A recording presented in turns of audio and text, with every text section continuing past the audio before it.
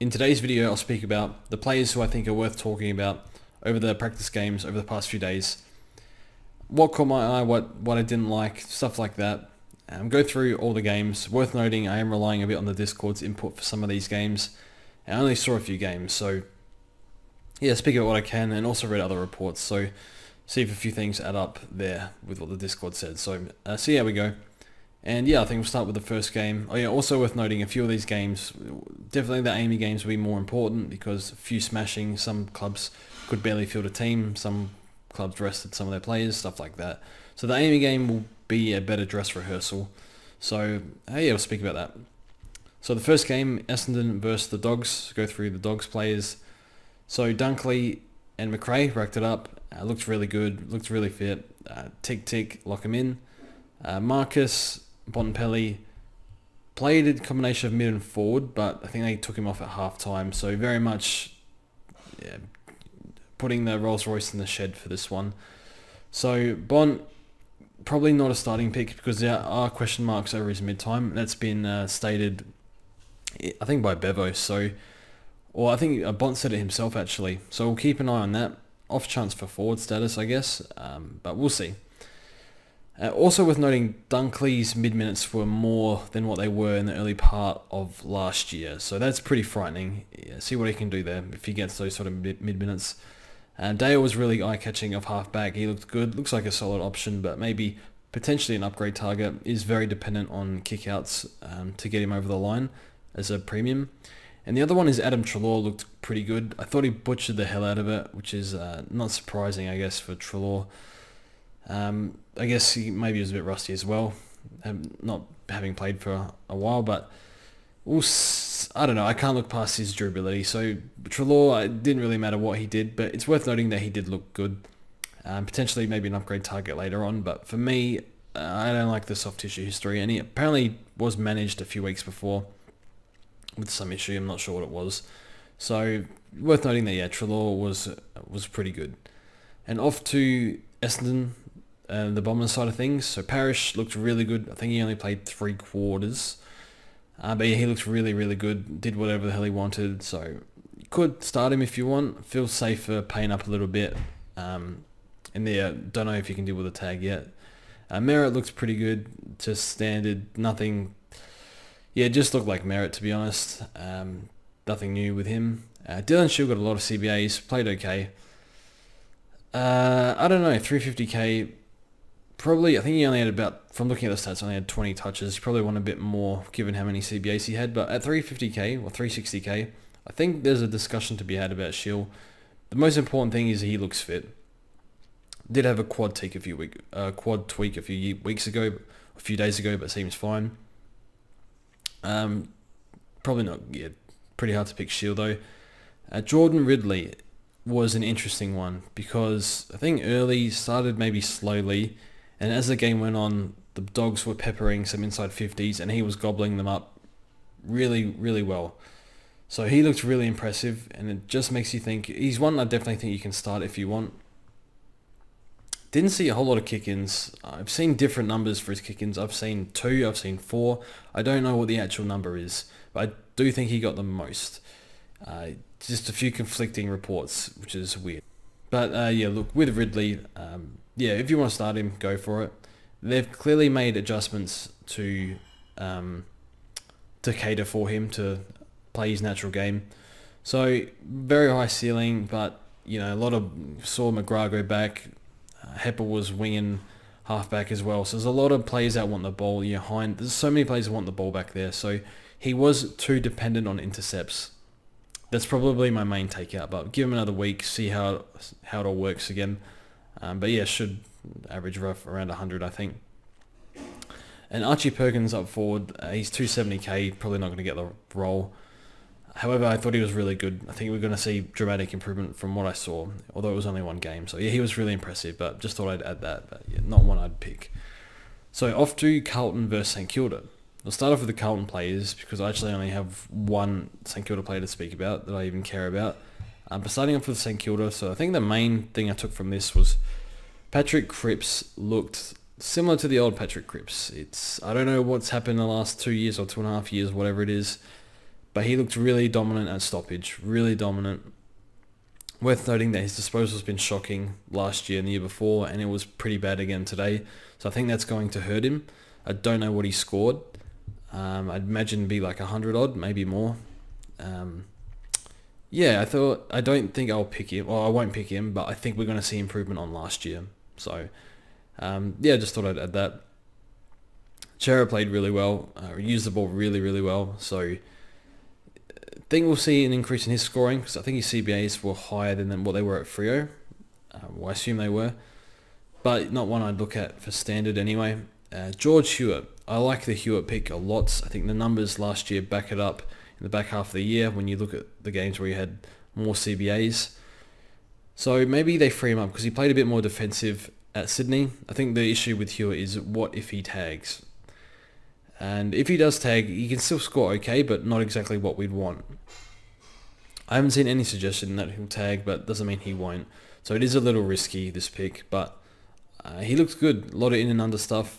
And yeah, we know that he's a really strong contested ball winner. We saw that in 2019, or the numbers say that anyway. So give him one more week. He's currently in my side. And yeah, his role looks fantastic. And there's a really encouraging snippet from the Traders podcast a few days ago with Riley Beveridge. I think it's just Warney that interviews a few journos. And yeah, Beveridge had a lot of good things. Riley Beveridge had a lot of good things to say about Hewett, how they internally rate him, how he's playing full-time mid and he doesn't think he'll be moved. It will be like maybe Cripps and Chera can spend a bit more time forward. He was saying maybe Walsh on a wing, whereas Hewett will just be mid.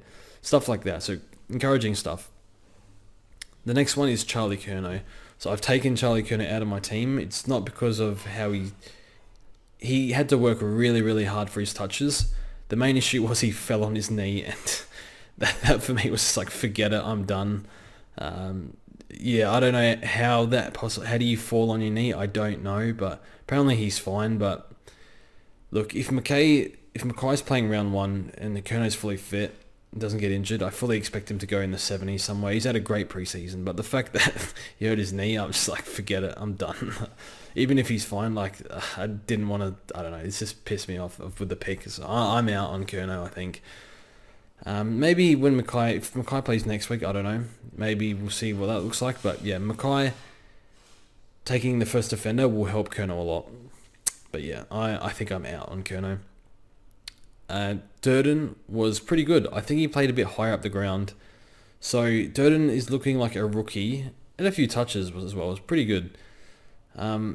So Durden is a 140k rookie. I think if he plays round one, which I think he will, I think we have to put him on at F7, possibly F8, depending how things go. Because, yeah, rookies are a bit of a problem. So I liked him, not expecting huge things, but maybe a slow burn and a warm body, and I'll take that, I guess. At least he's shown he could get a few touches. I'm not sure how many he got, though. I did see him bob up a little bit. And Kemp was pretty good. Only had, I don't know the numbers, didn't get a whole lot of the ball, but looked quite good as a forward. And he's kind of a utility that they can play anywhere. They can play him outside, they can play him forward, they can play him back where he's trained. So if they have issues with Kearney and Mcrae, and they're both kind of injury prone, so Kemp might be forced to play forward, which is bad. But at least, he's a high talent. I think they want him to play. So I'll probably pick Kemp in defence on the bench, not field. But if there's a better option that pops up, I'll probably go for that. We'll see. But he did look good. And then the only player I cared about from St Kilda was Jack Steele. Started probably a bit slow, and then fourth quarter pretty much carried his team to get back into the game. I don't even know who won this game, and I don't care. And yeah, also you have here Sinclair played really well. He was pretty good last year, and Rowan did not play. And Wright is currently injured, but I think Rowan will play in that Amy game. So that's Carlton versus St Kilda. We'll move on to North versus Davies. Did not see this game, unfortunately, so I'm going off reports. So apparently Oliver went berserk, and he had a finger issue, but he was fine. So it sounds like he's fine and played really well. That's what we want to see. Got to remember with Oliver, said he's as fit as he's ever been. Pretty frightening stuff. He's still 24. So one I really want to pick, Tuke Oliver. I haven't figured it out yet. That's for another day. Petrarca was really good. Not much new on him. Gawn dominated and took a few nice clunks down back. So if he's getting a few marks, maybe they use him down back more than up forward. I don't know. It's something I would look to. I want to see in the eye test because that's probably good for his scoring. But see how he goes in the Amy game. But Gawn or Darcy, I think I actually have Gawn at the moment, and I didn't see this game, or before I read that Gawn dominated, I took Darcy out because of his finger issue on top of the Achilles issue that he has. So I'm sure his finger will be fine, but the Achilles one does bother me with Sean Darcy. But apparently he's going to play. Again, speaking about Darcy another day, but where do you draw the line with preseason interruptions? It's pretty, yeah. Anyway, speaking about that another time. And apparently Chandler looked really good, kicked a sick goal from nice range. I saw on Twitter pop up. Is he best 22? I don't know. Probably not. Could be like a sub. But yeah, apparently all their players played well, so it will be rough.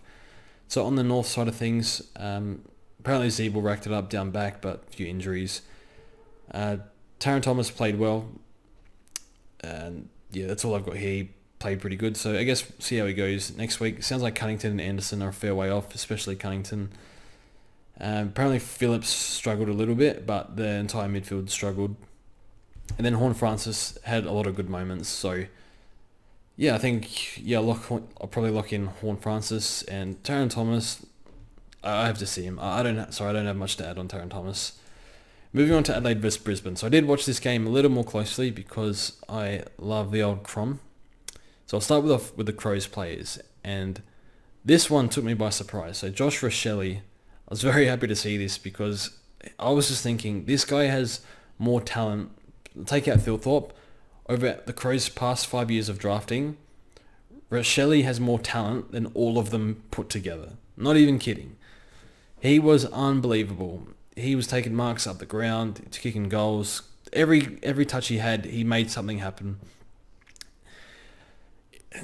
It's good and bad, but like he was our best player by a mile. I don't know what that says about everyone else, but I think the midfield unit was just not really interested. I don't know. Let's get to that in a sec. But yeah, Rochelle, still probably like a field or bench option. Will have the good games. Has a NAB League numbers to back it up.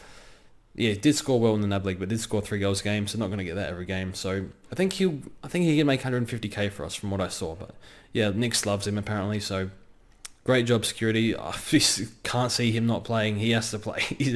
He's almost our best player already. It's ridiculous. Or it was on the day anyway. I'm over exaggerating a bit, but yeah, move on.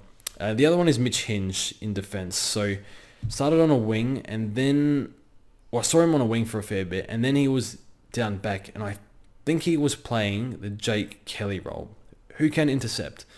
Had a lot of tackles. I think he was matched up on Danaher briefly, so I'm not exactly sure how he's going to be used.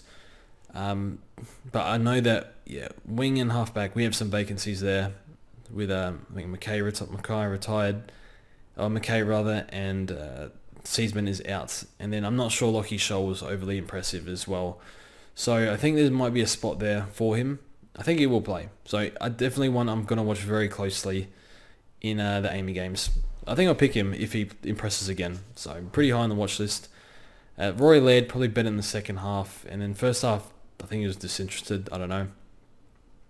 Keys, I think he played an entire quarter forward or forward and wing, something like that. And then went back into the middle after a while. So Keys, I don't think his disposal is good enough to pick. So move on. And worth noting, Andy McPherson racked it up down back. So I just noticed that. But yeah, too risky and kind of injury prone. And not proven. So moving on to the Brisbane game. So it took 5 minutes to realise that Jared Berry is a must-have. So he's fit. He looked unbelievable. Yes, he styled all over Crows had a lot of outs and COVID. A lot of them had COVID last week. So I don't know how much, you can take it not take it too highly, I guess, given how much he dominated them. But he just looked unbelievably fit. He was running really well. We know he's one of the best runners at Brisbane. Started on a wing, moved up to stoppage a lot, and also got some CBAs as well. We know the ceiling he has. He showed it a few years ago, although it was a COVID year. And Berry's one where I'll definitely pick him. But as soon as he hits 450k, which I think he will, I'll get the hell out of that pick because his durability is atrocious. So I think he's worth the risk, but one where just, he's had a full preseason, get the hell out of that pick as soon as he's made good money. I'm not going to overwelcome his stay in my team. That's all I have to add on that. Neil kind of looked disinterested, but at times.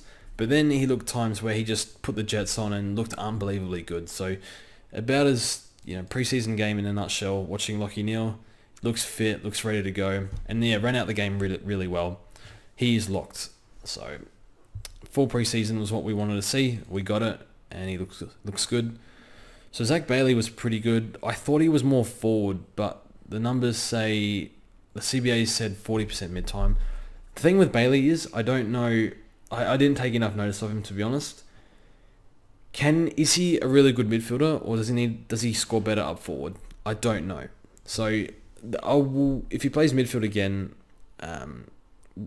just because he's getting CBAs doesn't mean he's going to do really well in them. So he scored really well this game, but given how much of a stomp it was, I'm not exactly sure how he scored. So one I'll need to...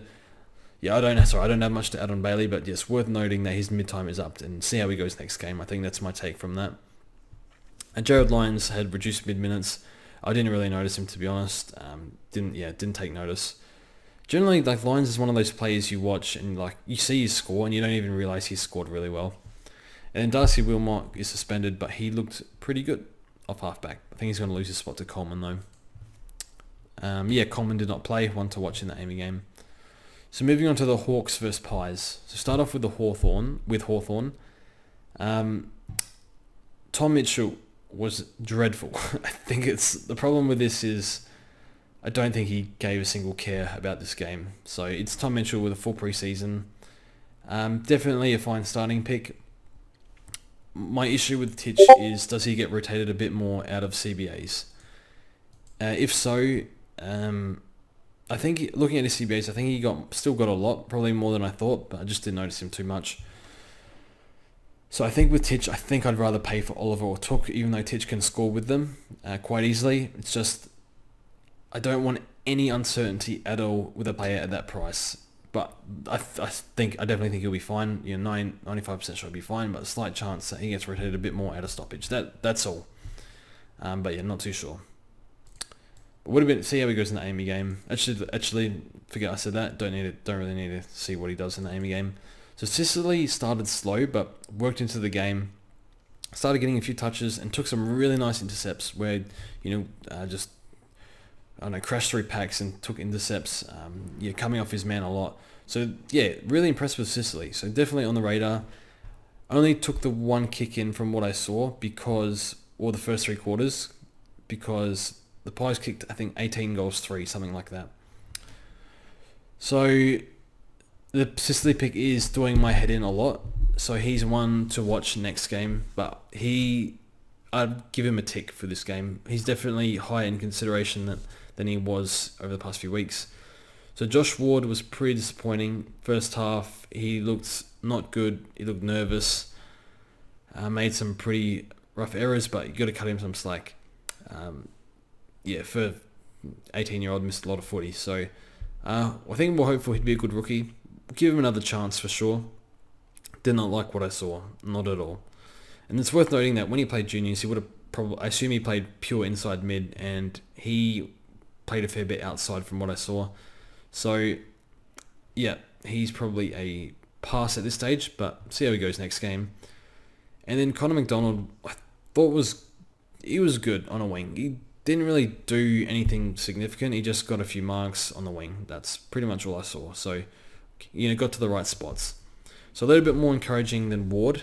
But I think they will play him though. They got to play these kids. So apparently McDonald has been slightly better than Ward at training. That's what I've read.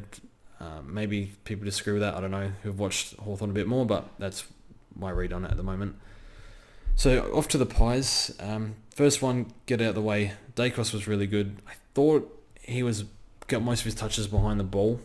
So not much else to say on Dacos. Just lock him in. Kicked a really nice goal with his brother. His brother passed one off to him. Jack Crisp.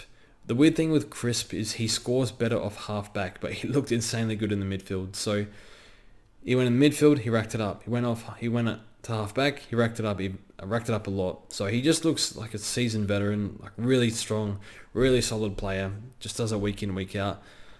He definitely making his way up my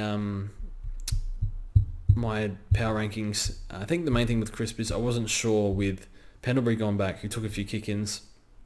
Is that going to affect him too much? Probably not. So, yeah, he looked really impressive. And again, it was an easy win, so I guess you can't take too much out of it. But he looked like he could replicate the second half numbers of 2021. So, maybe a tad less, but see how he goes. Next one is Braden Maynard is a hard no. Rowe didn't look good enough. Didn't get a whole lot of it down back either, from memory. But got some stints through the midfield, so hopefully he gets to be a full-time mid one day. So Pat Lipinski, I really like the Lipinski pick. The issue is his price, and is it worth it? I think like best case, I'd give Lipinski's range anywhere between 90 and 110. I don't know where. I think logic says probably 100, to be honest. He got the most CBAs at the club. We know he's dominated VFL for years, and he's been dying for this opportunity for a long time now. So as much as you can say, well, Lipinski wasn't good enough to make the Dogs team, but how many mids in the comp can make the Dogs team? Probably not a whole lot. So looking at his game, probably a bit too many handballs like he did in the VFL, but lots of marks around the ground. Work rate, you can see that quite often a lot of his touches he didn't have an opponent because he ran too hard off them. And his stoppage work was quite good. One thing I noticed about Lipinski is I did watch him very closely, but I was watching like Zach Butters, and Zach Butters, when the ball was there, he will jump and just do anything to get the ball, whereas Lipinski kind of hangs off a bit of the stoppage, so he's more your receiver rather than the distributor that goes to grab the ball. That's what I saw anyway, but I'm really excited to watch him again, and one I really, really want to pick, but these rookies are so bad on our bench at the moment that it's making it hard. We might have to pay up a fair bit, so we'll see how he goes. And then Finn Mcrae, I didn't watch him because he played in the twos in the last three parts of the game, not the 3 quarters, I guess you could say, that he didn't play in. So, yeah, assume that means he's pretty much on the outer for the best 22, which is unfortunate, but I heard a lot of good things in the preseason, but maybe he plays round 1. We'll see how he goes. Yeah, but definitely dropped down the pecking order in terms of rookies, so hopefully he plays the Amy game and we can get a better read on him. So Port versus Gold Coast. So Zach Butters is locked. I think I have him above Heaney now after watching him. Didn't even need a lot of CBAs, but very much the same as the start of last year. Comes off the half-forward flank, and then whenever there's a stoppage, he just seems to always be around the ball. And he's very bloody reckless, and it annoys me because he gives away 50s, gives away dumb free kicks. And, if he can just... I guess that's just how he plays, so you can't really... Not sure you can take it out of his game. But, the ball use, kicking inside 50, kicking in the middle of the field, just everything about him is sublime. Looks fit, Kenny loves him. I think you have to pick Zach Butters, to be honest, but, yeah. Ollie Wines was pretty good. I kind of ignored him, to be honest, but just did what he usually does. Mead, I don't know about Mead. Doesn't do a whole lot. Doesn't do anything that stands out. Just kind of gets involved here and there. If he plays round 1, I think we might need him on our bench, but not one I'm confident fielding just yet. And then Josh Sin, he looks quite good. I looks comfortable at the level, and when he gets the ball, he doesn't really stuff around with it. He goes for a run on the wing or something. So, look, I like him. I think they play him. Do I want him on field or on the bench? I think I'd rather bench, but I think it's going to end up being that we need him on the field. So, see how he goes. And then on the Gold Coast side of things, so Took just effortlessly racked it up. Same old Took. So, going to be hard to pass up Took. I've got to stop saying Took. It's actually Took. Now, Matt Rowe. You can see that Matt Rowe has improved on last year. His disposal was pretty poor, and he still does the same trademark thing where he grabs the ball from the stoppage, goes for a run, and then he doesn't get rid of it quick enough. Yeah, I don't know. I just noticed that from a few years ago when watching him play. So he still does that. Apparently he scored really well, and I don't know because a lot of these scores were off the charts. Like Butter scored 160 something or something. So I don't know how accurate these scores are because Real's dream team was 70 something, and his Supercoach I think was around 120. So that definitely threw me off that he scored 120. It didn't look like he scored 120 to be honest, but we'll see how he goes. I give him another week. I've kind of committed to not picking him, but we know the ceiling in him and he looks better. But apparently he didn't take any marks, which is pretty concerning. Didn't see a whole lot of outside game, so keep an eye on him. Lockie Weller was taking a lot of kickouts, was being a massive seagull. Is he better than Bose? Probably has a bit more attributes that suit halfback than Bose, but has injury history, soft tissue history. I think it was last year that rules him out for me. And then Alex Davies was quite good. Davies is not, from looking at the numbers in the VFL last year, he doesn't accumulate enough, and he didn't accumulate enough in this game. However, his touches were really impactful. Kicked a great goal, bursting from the contest as well. Really good. So this doesn't seem he accumulates enough to pick him at 200k to be honest, but has a really, really strong contested game, and apparently draft profiles, reading on them, apparently he could have been almost certainly been a first round pick, but the Gold Coast had him in the academy. So move on to Sydney versus GWS. This game was unwatchable because of the quality was so bad. I watched the first 5 minutes. I couldn't tell the difference between Heaney and Warner. So yeah, I'm going off reports on this one. So apparently Lockie Whitfield went berserk. Apparently Cogs looked like the old Cogs, and Taranto played in the midfield, but still don't know if that's going to happen in the season.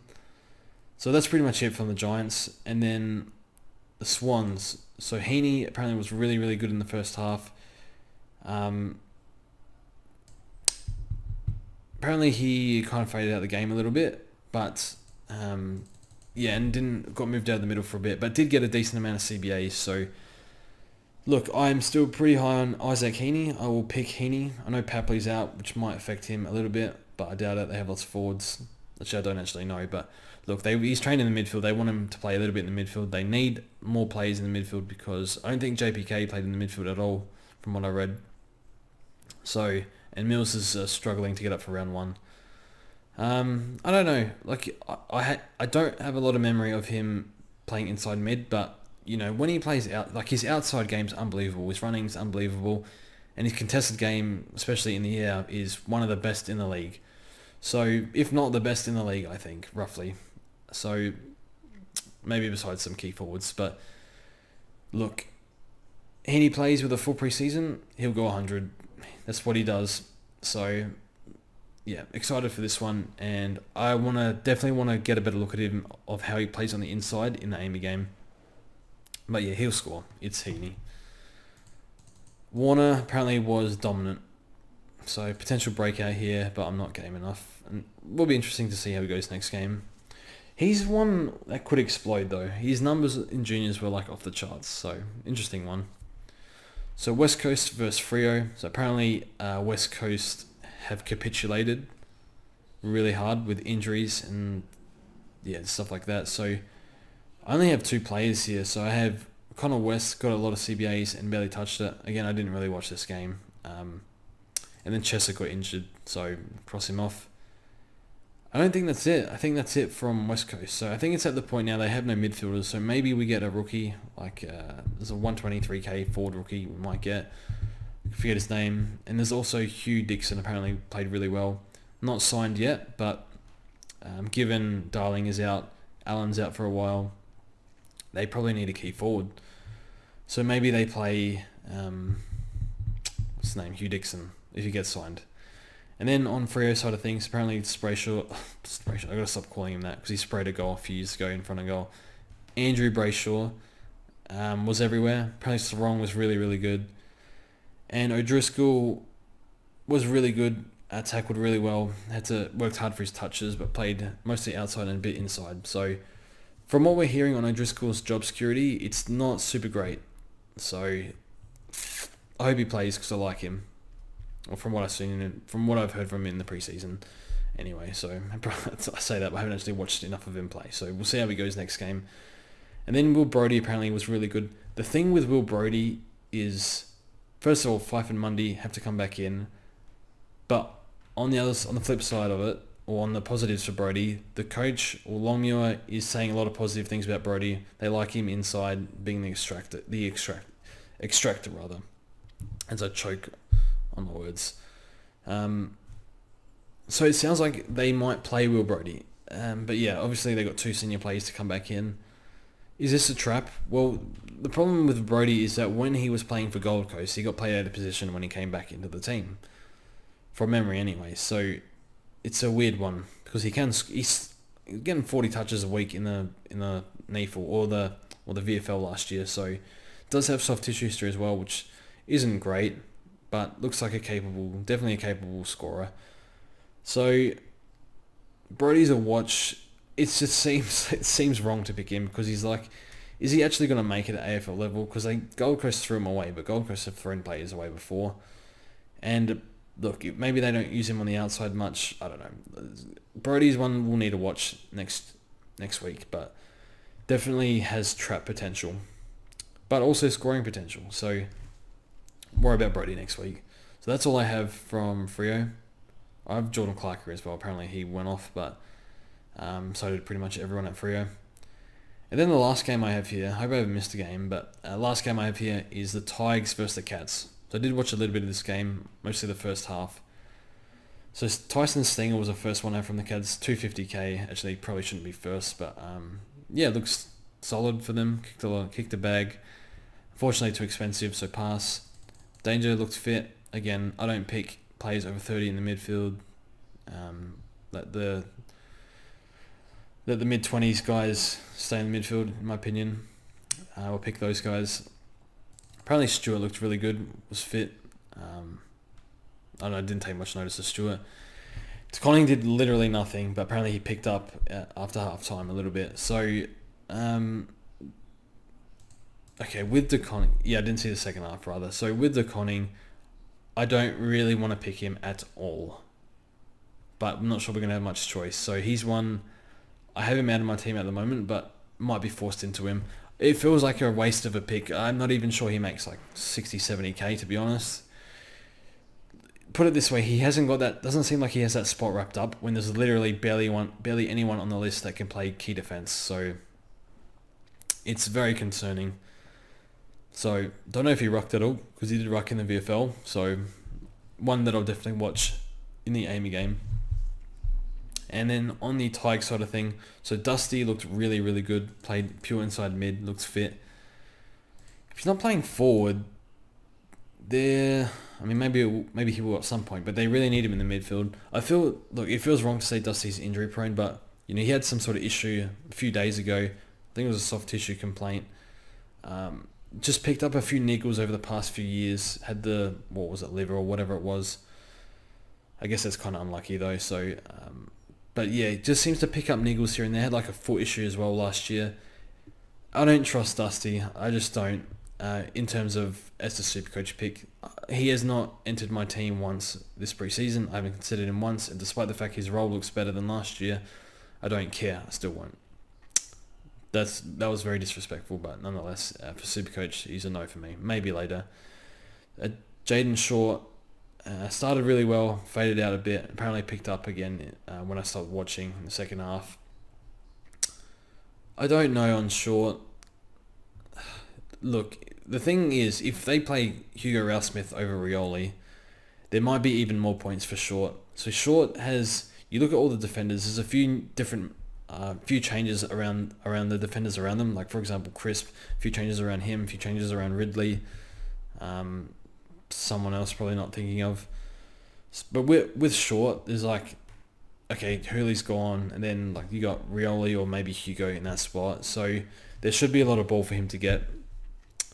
So, look, it seems numbers-wise, I test, he gets a pill a lot, but he doesn't do good things with the ball like he used to in 2020. So that kind of annoys me. But fantasy-wise, it shouldn't really be an issue, really. So, I don't know. I always wonder. I wonder if they ever move him to a wing, but maybe that's because I've seen on forget something. There's a Richmond forum where a lot of them think that he could play on a wing because he was very poor as a footballer off halfback in 2021. That's just stuff I read, but look, could be dead wrong on that. Maybe the coaches see it differently. But my eyes said last year, I didn't think he played very well. But that's just like, I'm probably reaching here. So, yeah, move on from short. But it looked like a perfectly fine starting pick. And my favourite is Hugo Ralph Smith. So I saw him I tweeted within 5 minutes of watching him of the Richmond Intra Club. He was playing so well off halfback, and he was earning his touches as well. Wasn't getting a whole lot of cheap possessions, but, pushing up, bit of contested ball, and when he gets the ball, it's not like Rioli where he just tries to hit the short kick, or even worse, like when Rioli tries for creative kicks, he can miss them a lot, whereas Hugo was hitting those kicks and, a bit more acceleration on him as well, making things happen. I really like him, and I'd be really shocked if they didn't play him, to be honest, because he looks really good, and one I'd definitely persist with. The issue with Hugo is if they don't want him off halfback, they like Rioli off halfback, he might either, one, not play, I think that he will play, or the coaches did suggest that he can play halfback, he can play half forward or wing, so he could lose his role, which is not good to hear. So that was interesting in the post-game interview post the intra club. But yeah, that's all I got here. So I think the main two that forced their way into my team was Berry and Rochelle. And at the moment, I have gone over Darcy, although that had nothing to do with the trial games. It just had more to do with Darcy's injury. So other than that, everything stayed the same. Hewett, I want to see again. And James Sicily's value might be too hard to pass up, although I understand they have a lot of defenders coming back. So Sicily will be a huge watch. But yeah, we'll see how they go. And also for me, I love Lipinski. I want to see him again. I really liked this game, but I want to see a bit more. Anyway, thanks for watching. Hope this was helpful at all. Let me know if you disagree with anything, because I did miss a few games here and there. But yeah, nonetheless, thanks for watching, and we'll see you guys soon.